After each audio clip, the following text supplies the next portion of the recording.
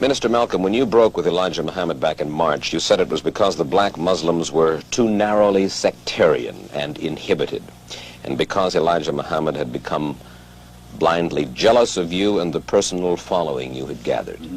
I said the first part, but the last part, I didn't say that Elijah Muhammad himself had become blindly jealous. I mentioned that it was his family and the officials in Chicago. Everything that I said always was designed to protect Mr. Muhammad himself, primarily because the image that he had created was the image that enabled his followers to remain strong in faith and things of that sort, and I didn't want to see any adverse effect or negative result develop in the faith of all of his followers. But actually, despite the fact that I tried to protect the Muslim movement, if you'll notice, they used their newspaper to slander me and to label me as a hypocrite and as a rebel, and Mr. Muhammad himself said that I defected. Well, in reality, I never even left the Muslim movement. They put me out. And they put me out because of what I knew, and what I knew was told to me by Mr. Muhammad's son, Wallace Muhammad himself. They put me out and they put him out. Well, now, first of all, let's find out what it is that Wallace Muhammad, Elijah Muhammad's son, told you. Well, number one, if you notice, the stick that I always used in presenting, representing, and defending the Muslim movement was the fact that it had the ability to reform the morals of the so-called Negro community. It eliminated drug addiction, alcoholism, fornication, adultery, loose sexual behavior, which meant that it eliminated bastard babies, illegitimate children. Well, as long as I knew that this was what it represented, and it gave me a strong stick, I could represent it and defend it. But we had a law which was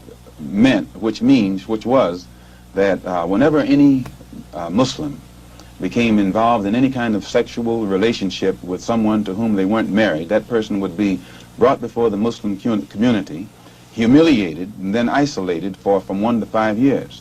This was our law. Well, in 1954, a teenage sister left Detroit and became one of Mr. Muhammad's personal secretaries. And there in the Chicago office, she became pregnant after being there for a year. And she was brought before the Muslim community and humiliated and isolated. And a year later, another secretary, this time one from Lansing, Michigan, came to Chicago. She also became pregnant. She was brought before the community and humiliated and isolated. And because the other person was never brought forth during this court session, it was concluded by all of Mr. Muhammad's followers that it was a non-Muslim who was the other party. Well, we grew so rapidly until that in 1957 or 58, the secretarial staff was expanded to, I think, 8 teenage sisters. In 1959, 6 of them disappeared. 2 of them reappeared in Philadelphia about 2 or 3 months later, and they were all right. The other 4 reappeared in 1960. All 4 of them had babies. All 4 of them had become involved with someone and become pregnant and had these children. So it was, from what I now know, when the 4 of them got back to Chicago and began to compare notes, they found that the same man had told all of them the same story and had made all of them pregnant, that the same man was the father of all 4 of their children and had also been the father of the children brought forth by the 2 secretaries who preceded them. So this story was kept among these sisters until 1962. 2 of them rebelled against the person who was responsible and began to tell the story all over the city of Chicago. It caused many of the Muslims in the Chicago mosque to leave and go back out in the street. They knew it, and I knew nothing about it until 1963 when Mr. Muhammad's son, who had been in prison, came out, and he had been a minister, and he was very religious and spiritual. And when he began to hear these rumors around Chicago, he went to one of the sisters, and the sister admitted to him that the rumor was true. And it was he who first told me about it. And when he told me about it, I wrote to Mr. Muhammad and told him about it, and he admitted that he had a knowledge of it, and that he'd given me a religious explanation that would fit into prophecy and all of that. So I was quiet. And it wasn't until October of 1963 that it came up again. And when it came up again, I realized that the same person who had made these other sisters pregnant was still busy doing the same thing. He hadn't stopped. two of the sisters had two children by the same man. And one of those two sisters was pregnant still, getting ready to have a third child by the same man. So when it was known among the Chicago officials that I had a knowledge of this, they become very fearful of me. They became very antagonistic toward me, and they had to do something to diminish the authority that I had, for fear that if this became public knowledge, the followers would leave the Muslim movement and follow me. And it was at that time that they used the statement that I made against President Kennedy as a pretext to cut my authority, and some other things happened that finally produced the split, or forced the split. And when I made the split, the only reason that I didn't make this public knowledge was I knew the implications, and I felt that if the Muslims who were in the Nation of Islam knew it, that which enabled them to be so strongly religious and exercise moral discipline would be shattered, and it would cause all of them to go right back and start doing the things that they had been doing previously. Who is the father of all of these various children whom you have enumerated?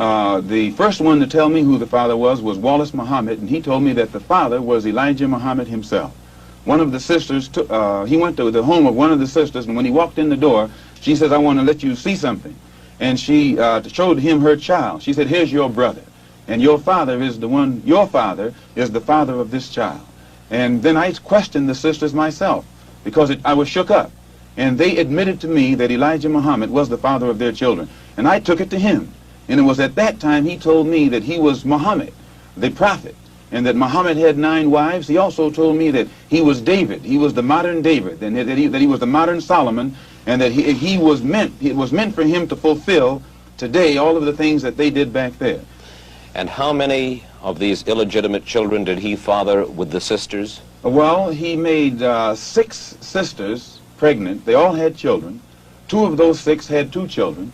One of those 2 is having a child right now. I am told that there is a 7th sister who is supposed to be in Mexico right now, and she's supposed to be having a child by him. For one thing, when you first separate from your wife, it's a physical separation, but it's not psychological. You still have feelings for her, and you protect her. But after the physical separation has taken place for a while, it becomes a psychological separation. It was the same way with me in the Muslim movement. When I first separated, it was a physical separation, but my feeling was still there. And it was only after my trip into the Muslim world and my pilgrimage to Mecca that I really was able to exercise the objective approach to it that enabled me to see that something had to be done to bring this to light. Otherwise, a whole lot of innocent people would be killed needlessly. Well, these revelations that you are now making about Elijah Muhammad, what effect should they have on his following? Well, I very much doubt that any of his followers who really are aware of what he has done would continue to follow him. He may try and justify it by saying that he's a Muslim, and that a Muslim has a right to these wives. If this were the case, these sisters should not have been humiliated. These sisters have been looked upon for the past 5 years, or 6 years, or 7 years as being guilty of having committed fornication. They have been debased. They have been degraded. I have heard him himself refer to them as having disgraced him.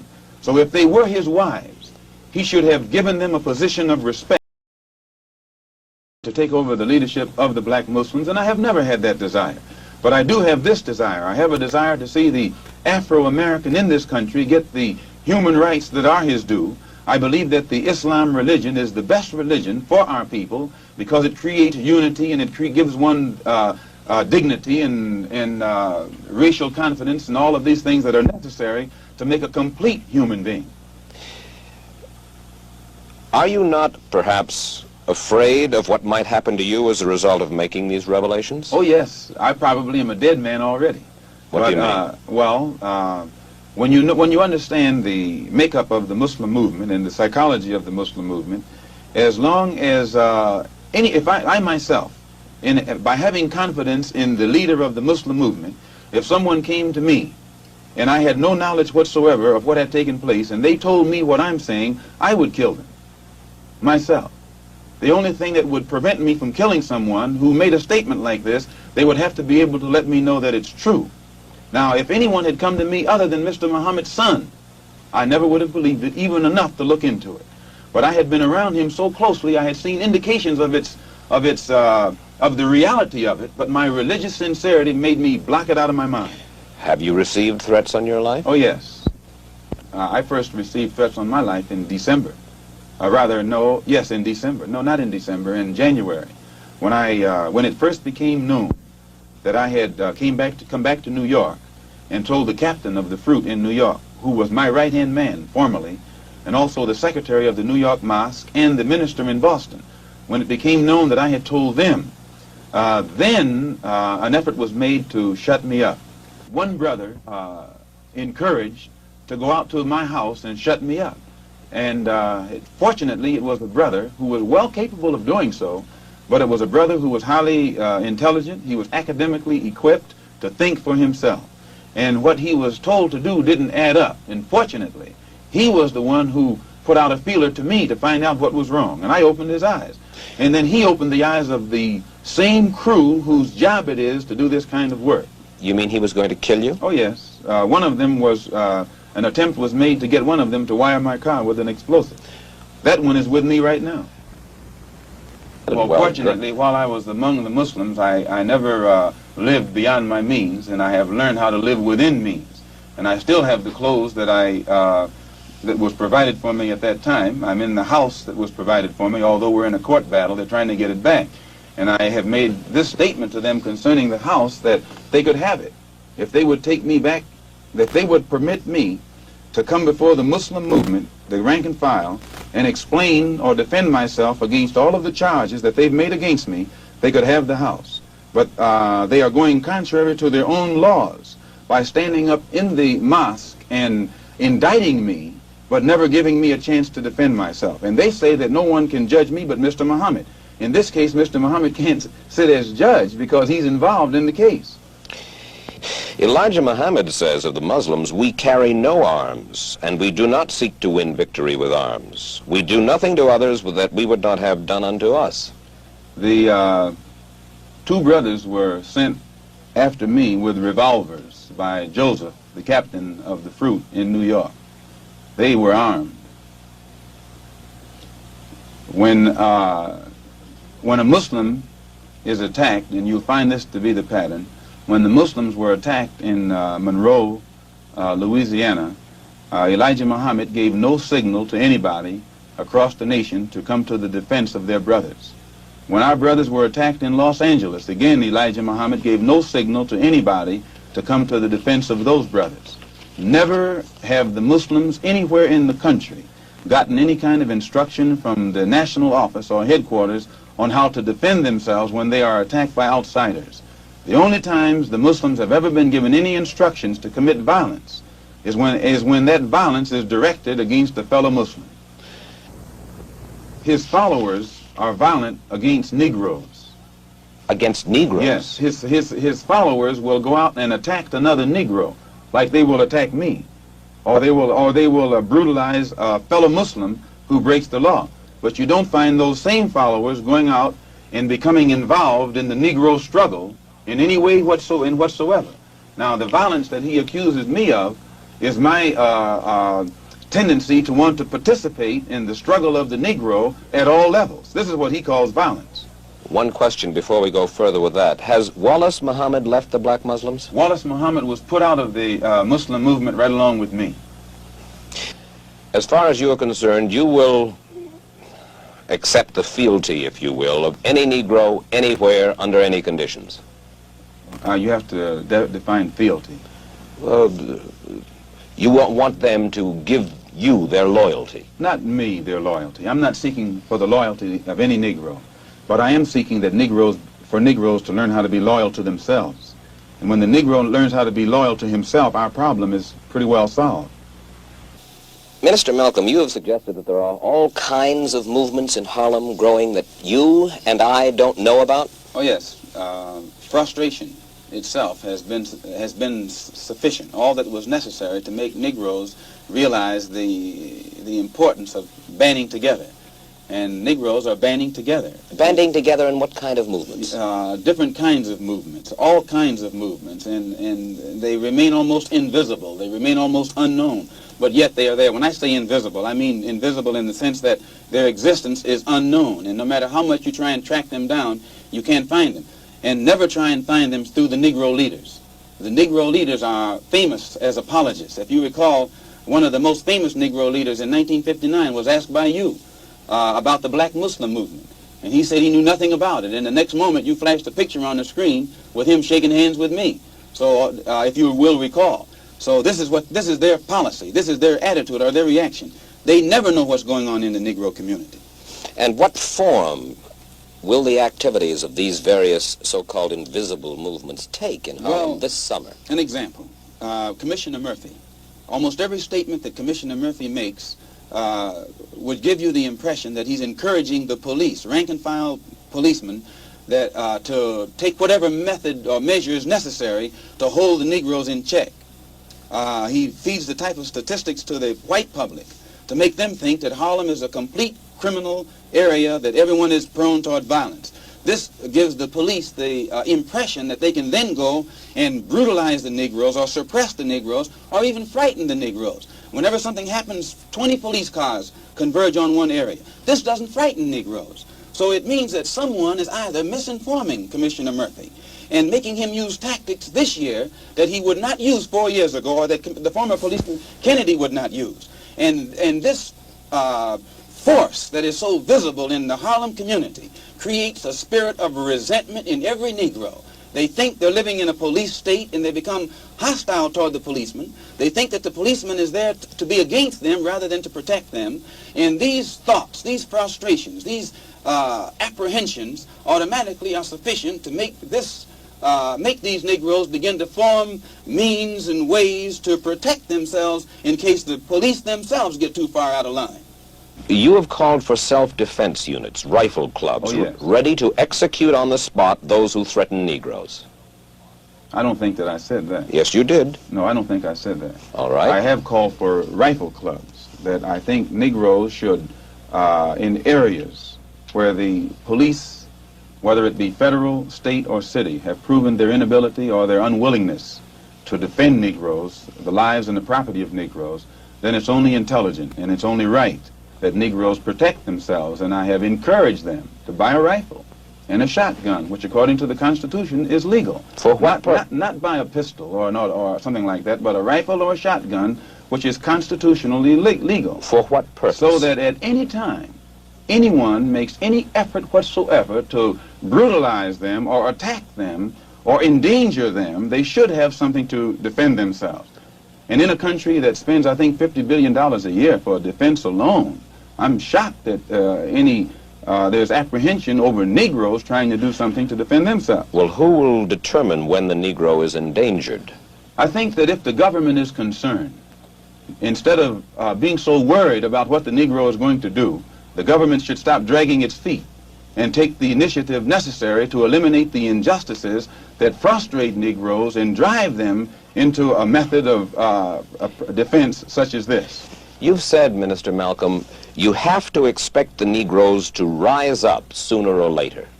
Oh, yes. What does that mean? Well, just the same thing that it meant in South Vietnam and these other places where you find oppressed people. Sooner or later, they rise up against the oppressor. When the Jews were being brutalized in Poland, there came a time when they couldn't take it anymore, and they fought back. They didn't have too much to fight with, but they fought back. And I think every oppressed people, no matter how meek and humble they are, after you drive them so far, they're going to strike back. Well, does that mean that you expect to organize battalions or paramilitary units in various Negro ghettos around the country and establish this coming summer for violent action? No, but I think that most Afro-Americans, so-called Negroes, have reached the point of no return and are taking it upon themselves to be prepared if the necessity ever arrives where they will have to do something to defend themselves. Well, there was talk a month ago, you remember, of a group in Harlem called the Blood Brothers, who left the black Muslims when you did, and then later parted company with you we are told, because the tactics that you espoused were too mild. What do you know of them, the Blood Brothers? Well, I certainly wouldn't apologize for them. I think that the approach, if such a group as Blood Brothers exists... Does it? I say, well, I think all Negroes are blood brothers. Every Negro I know is my blood brother. Oh, but Minister Malcolm, we're talking about a group said to number up to 400, probably more, who confess themselves to be anti-white as you are. They disbelieve in nonviolence as you do. One group among them is said to believe in violence, even in murder, almost for violence sake. Another group among them are said to believe in violence only for retribution, to strike back. Well, if such a group as the Blood Brothers exists, it doesn't shock me. I would only be shocked at white people being shocked, because the conditions that prevail, Mike Wallace, are such that it's a miracle that such group hasn't formed a long time ago. But do they exist to your knowledge? I think every Negro in Harlem is a blood brother, whether he admits it or not. Where you find dissatisfied Negroes, that's Harlem. And whereas 20 years ago, when you'd have a little race riot, it was confined to a community. Today, Mike, if you have any kind of racial explosion, it will engulf the entire city, and it will have a chain reaction to face the fact that the potential ingredients for this explosion exist, and I will never try and make the public think that it doesn't exist. Well, when you walk through the streets of Harlem, you hear this comment and that comment, and you get the impression that everybody is ready. They have arms? I think Harlem has always been armed. Do you look for violence in Harlem this summer? Yes, I do look for violence. When you say Harlem, mind you, Harlem is New York City. Queens is Harlem. Brooklyn is Harlem. The Bronx is Harlem. Westchester is Harlem. I mean, could you not become the leader of this kind of a group? Which kind of a group? A violent group. It's not a case of becoming a leader of a violent group. I don't think any group, even that's ready, wants violence. It's a case of... Is this not, Minister Malcolm, a call to action of sorts that you are raising here and now? I don't have to raise a call to action. And this is what I'm trying to make white people see.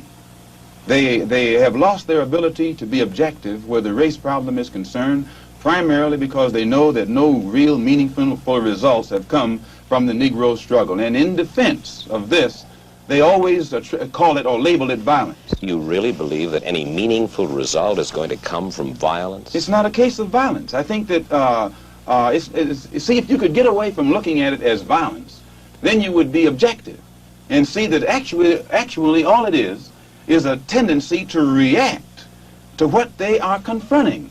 White people don't realize how frustrated Negroes have become. I think they have come to understand the Negro's frustration, but they are also of the opinion that no good can possibly come from violence. If they are of that opinion, Mike, if you think that the powder keg that's in your house is going to explode under certain conditions, either you have to remove the powder keg or remove the conditions.